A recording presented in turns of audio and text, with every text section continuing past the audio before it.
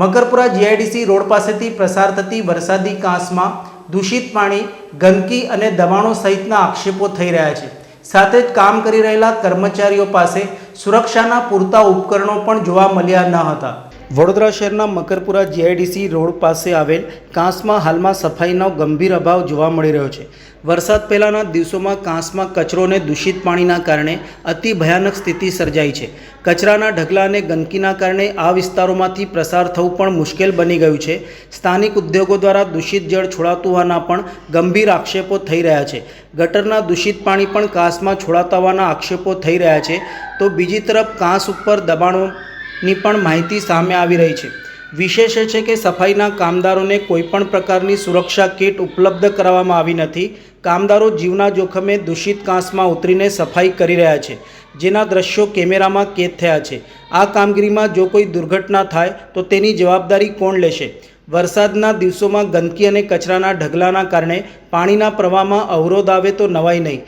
ચોમાસા પૂર્વે શહેરમાં પ્રી મોન્સૂન કામગીરીની વાતો થઈ રહી છે, ત્યારે આ પ્રકારની અસ્વચ્છતા તંત્રની કામગીરી પર પ્રશ્નચિહ્ન ઊભું કરે છે. મામલાને લઈને જ્યારે વડોદરા મહાનગરપાલિકાના કમિશનર અરુણ મહેશ બાબુનો સંપર્ક કરવામાં આવ્યો, ત્યારે તેમણે જણાવ્યું હતું કે આ મામલે યોગ્ય તપાસ કરાવીશું અને જીપીસીબી સાથે પણ વાત કરીને યોગ્ય કાર્યવાહી કરાશે. સમસ્યાનું વહેલી તકે નિરાકરણ લાવવામાં આવશે.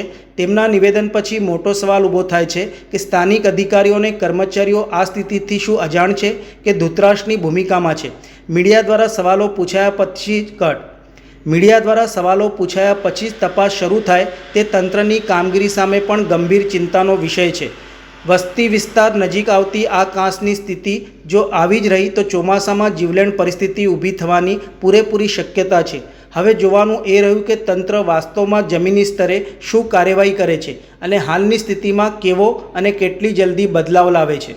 હાલ આપણે મને ધ્યાનમાં મૂકી છે, એટલે આવનારા દિવસોમાં આની સ્થળ ક્યાં છે, વીએમસી લિમિટની અંદર છે, જેડીસીની અંદર યા બહાર છે, અમે જોઈ લઈશું.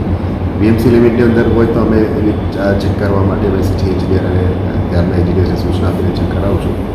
પણ જીએડીસીની અંદર હોય તો પછી જીપીસીબી જોડે પણ ચર્ચા કરીને આ જગ્યાનું શું થઈ રહ્યા છે એ નિરીક્ષણ કર્યા પછી આગળનું કામગીરી અને કાર્યવાહી કરવામાં આવશે. અને સર, ક્યાંક સુરક્ષા મેજર્સ પણ જે કામ કરી રહ્યા છે અત્યારે એ પણ થોડું જોખમી કરતા હોય એવું લાગે છે. સાહેબ, તો થોડું આપ તો ખર્ચા કરો જ છો સુરક્ષા માટે, પણ લોકો આનો દુરુપયોગ કરતા એવું લાગે શું લાગે છે આપણે?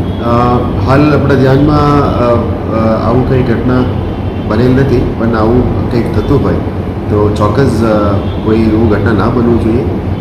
અને આવનારા દિવસોમાં એવું પણ હોય તો અમે એની સેફ્ટી પ્રિકોશન સાથે કામ કરવાનો પણ સૂચના આપીશ. પણ હાલ આપણે એવું કંઈક હોય તો મહેરબાની કરીને ધ્યાન દોરજો. અમે કડક પગલાંથી એને સુધારવાનો પ્રયત્ન કરીશું.